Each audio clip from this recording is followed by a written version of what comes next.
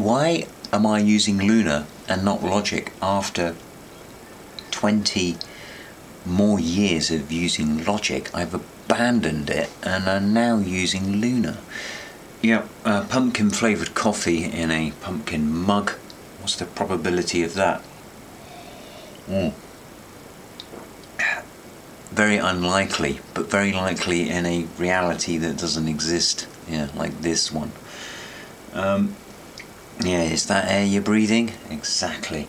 I am having pumpkin flavoured coffee in a pumpkin mug. Anyway, that is not what we're here to talk about. I wanted to talk about sort of processes of making music, and that I could do lots of videos about it, but for me, it's so much of it's about just the feeling, and that doesn't feel quite right, so I'm going to do this. There's not a lot of technical stuff to talk about. So if I made a whole YouTube channel about technical do-hows, I don't know. There's probably people out there who do technical stuff a lot more better than I do. It's feeling. If you're mixing, it's a balance. It's just you got to get the feeling right and the balance right. It's crucial. It's crucial to have good drums. If you're in a band and there's a bad drummer in the band, get rid of the drummer, because it's just not going to work. It's the key element. The drums, if you've got bad drums, everything else is just not going to mould well. It's a nightmare. Why am I using Luna and not Logic after 20 more years of using Logic? I've abandoned it and I'm now using Luna. Now, it's not because Logic's not any good and Luna's better. No, that isn't the reason. The reason is to give yourself something new, a new challenge. Learning a new bit of software, for example, makes you do things in a different way. This Luna doesn't have all the boots and whistles, is that the expression? I'm not sure it is. Doesn't have all the ring-a-ding-dings. One of the reasons I moved away from Logic to Luna was to give myself a new way of working.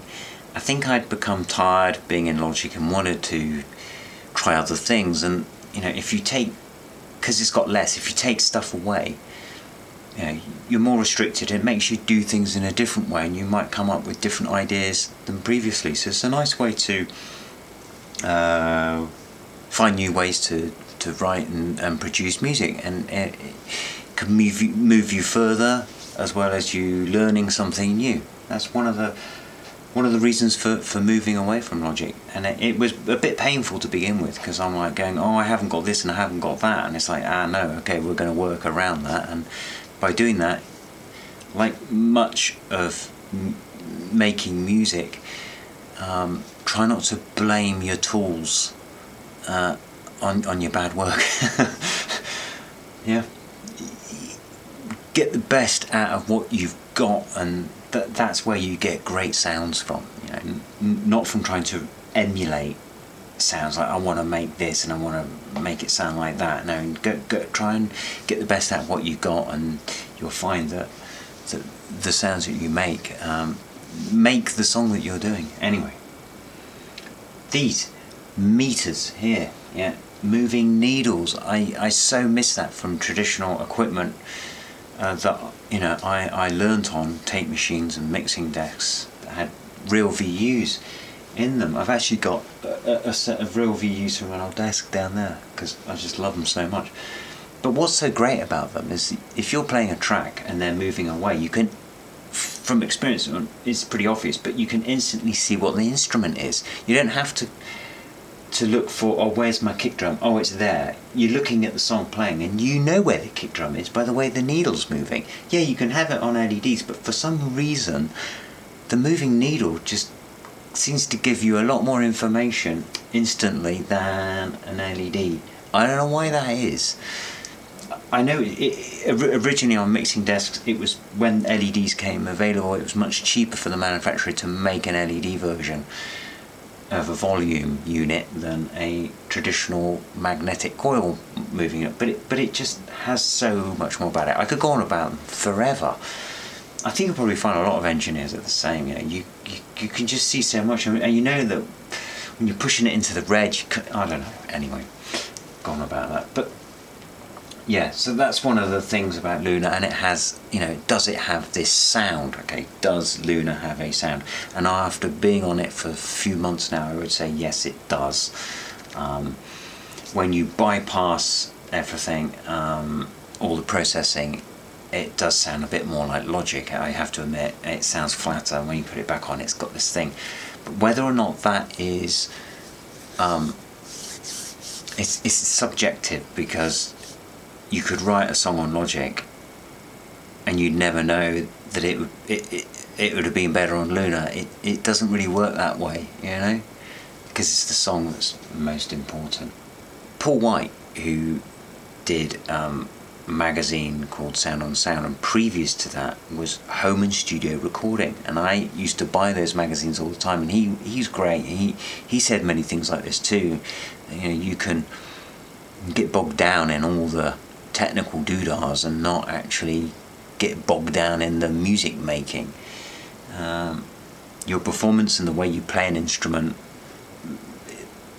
it has more impact than how well it's recorded. It's obvious, isn't it? I mean, a good musician will make an instrument sound great, even if it's a bad instrument, or they'll play it in such a way, and somebody else might come in who's doesn't have a finesse of playing, and then it's more difficult to get it. So I mean, that's far more important than what microphone you're picking, or what preamp you're putting the mic through. I mean, God, it makes like a 3% difference compared to everything else.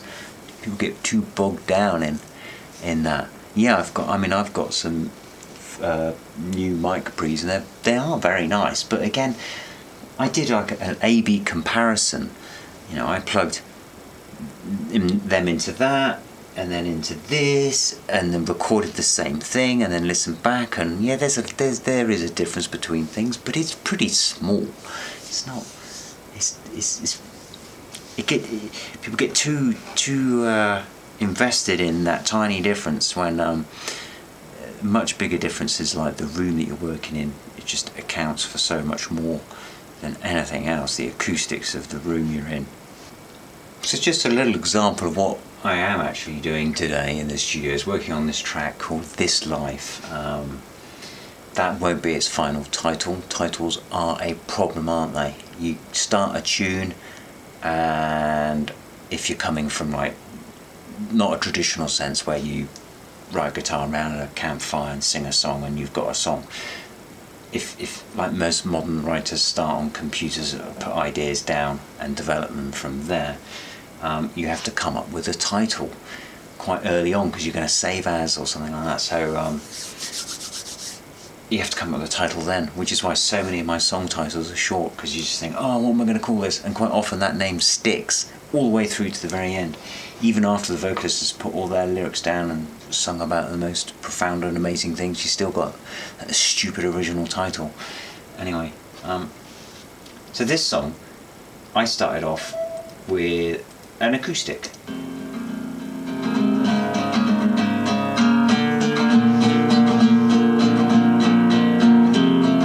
And that's often how I might start a tune, or on a piano or something like that. And then I'm going to add some drums, and I'll add some bass to it, and see how we go.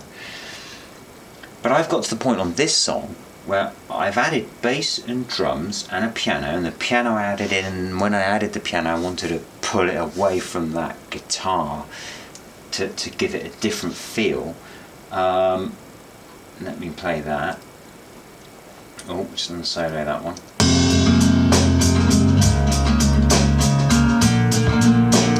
Yeah, so you got that, but I put the piano in, just try and steer it away from that. Listen.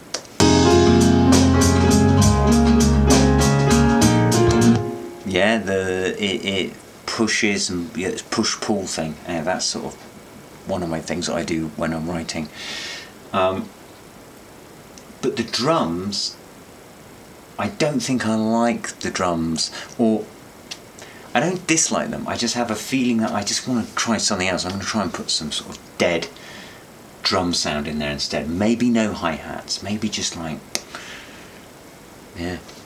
I've done dead drum sounds in the past, and I'm really into doing them again. I've been listening to another artist recently, Fox Warren, and they use dead drum sounds a lot as well, and it's just reminded me, I used to do a lot more dead drum sounds with the tea towels on the kit and stuff like that. So I'm going to do that now, today, after I finish doing this video. But if you enjoyed this video of what I'm doing and you would like me to do more, please let me know.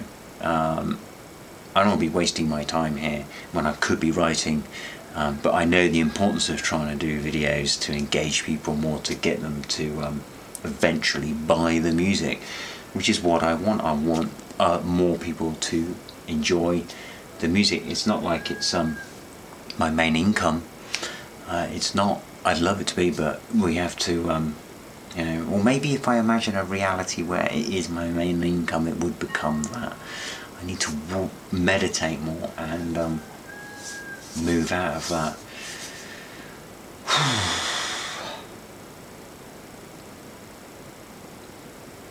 The silence was nice. Can you hear that chicken? Yeah. Chicken for dinner.